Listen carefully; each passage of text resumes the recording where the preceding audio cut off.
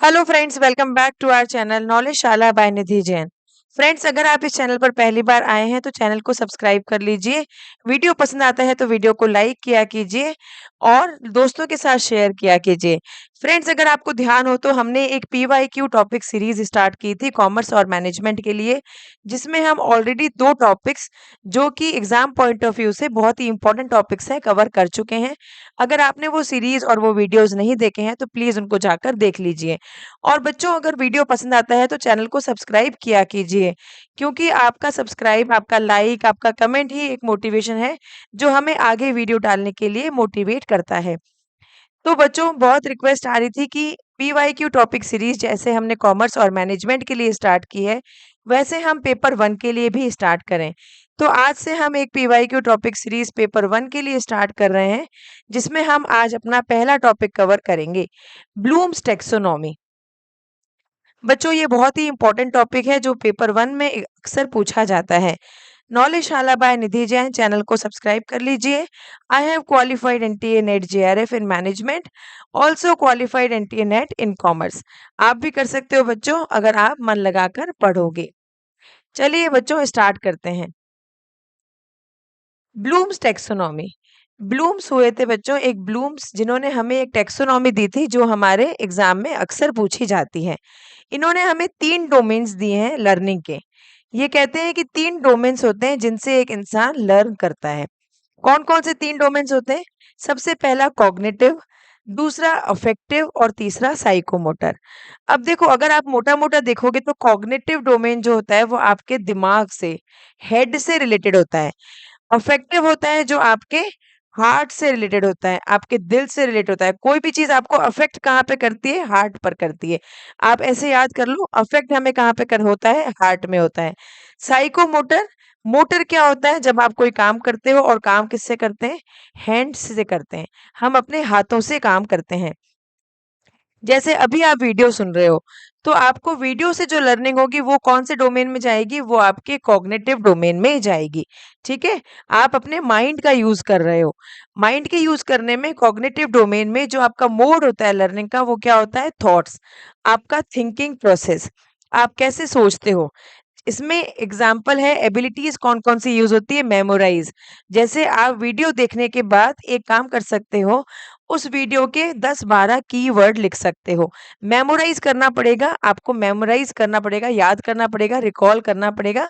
तो आप कौन से डोमेन का यूज करोगे? Cognitive domain. ये देखो, दिमाग का यूज करते हो। अफेक्टिव में आप अपने दिल का यूज करते हो, और साइकोमोटर में आप क्या करते हो? साइकोमोटर में आप हैंड्स ऑन ट्रेनिंग करते हो, आप कोई काम को अपने हाथों से कर कर देखते हो। अफेक्टिव में क्या है? इमोशंस हैं, आपकी फीलिंग्स हैं, ठीक है? एबिलिटीज कौन सी आएंगी? आप किसी को अप्रिशिएट कर रहे हो, वेरी गुड, तुमने बहुत अच्छा किया। किसी को मोटिवेट कर रहे हो कि अगर आपका एग्जाम क्लियर हो जाएगा तो आप अपने पैरों पर खड़े हो जाओगे, इंडिपेंडेंट हो जाओगे। तो ये सारा कौन से डोमेन में आता है? हमारा अफेक्टिव डोमेन के अंदर आता है।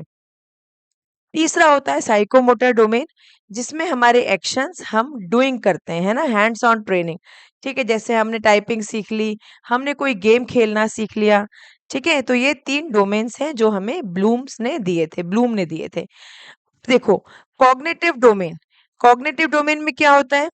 आपने कोई चीज़, यहाँ से इसको ऐसे स्टार्ट करो, रिमेंबर, सबसे पहले आप याद करोगे, फिर उसको समझोगे कि हाँ, ऐसे-ऐसे था, मैम ने ऐसे बताया था। फिर उसको आप अप्लाई करके देखोगे, ठीक है? एग्ज़ाम में जब क्वेश्चन आएगा तो आप अप्लाई करोगे, फिर एनालिसिस करोगे कि हमने कौन-कौन से क्वेश्चंस गलत किए, उसको इवैल्यूएट करोगे कि ऐसा क्यों हुआ, और क्या करोगे? नया प्रोसेस, कोई नई चीज़ आप क्रिएट करोगे कि हाँ, हमें ये चीज़ नहीं करनी चाहिए थी। ठीक है? देन आता है अफेक्टिव डोमेन। अफेक्टिव डोमेन में सबसे पहले हमें कोई फिनोमेनन रिसीव होता है, ठीक है?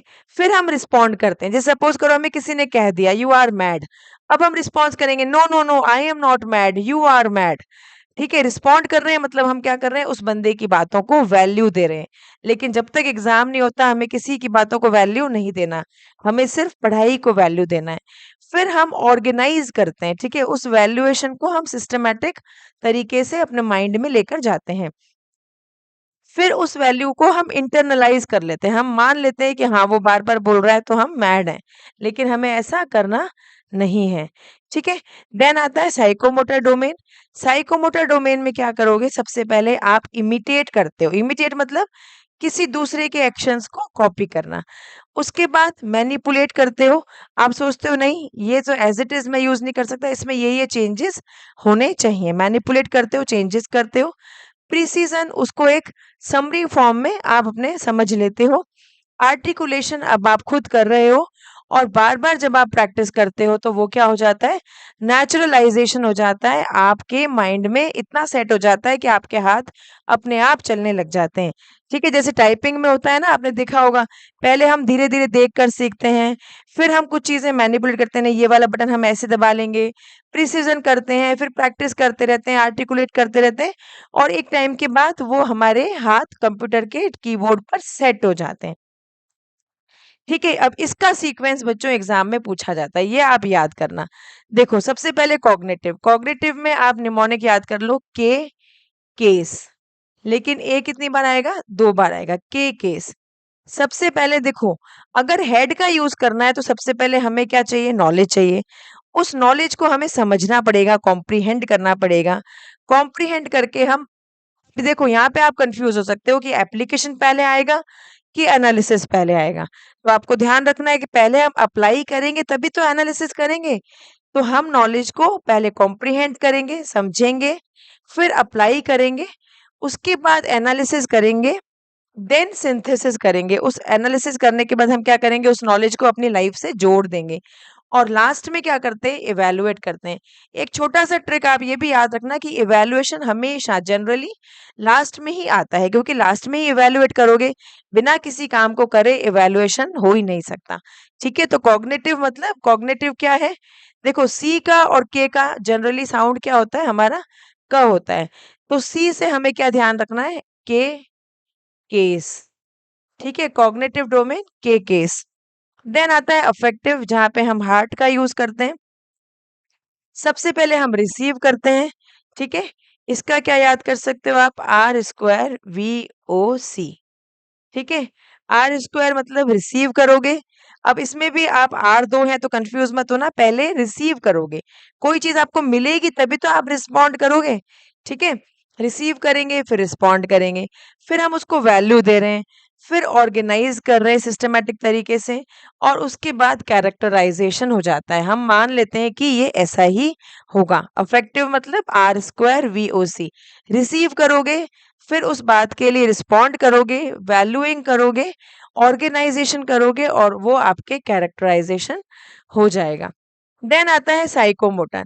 साइकोमोटर मतलब हैंड्स ऑन ट्रेनिंग। ठीक है, आप कोई काम क्या करते हो, करके देखते हो।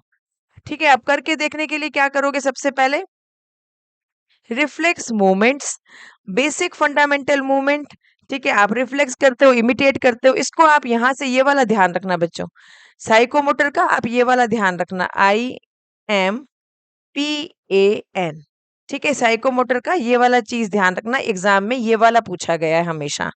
IM, इमिटेट करोगे, मैनिपुलेट करोगे अपने अकॉर्डिंग, प्रिसिजन करोगे, आर्टिकुलेट करोगे, और धीरे धीरे क्या हो जाएगा, नेचुरलाइजेशन हो जाएगा, आपके हाथ चलने लग जाएंगे। टाइपिंग का एक एग्जाम्पल आप ध्यान रखना, सबसे पहले हम कॉपी करते हैं सर को या मैम को, मैनिपुलेट करते हैं, प्रिसिजन करते हैं, आर्टिकुलेट करते हैं, बार बार प्रैक्टिस करते हैं, और धीरे धीरे क्या हो जाता है, हमारे हाथ सेट हो जाते हैं।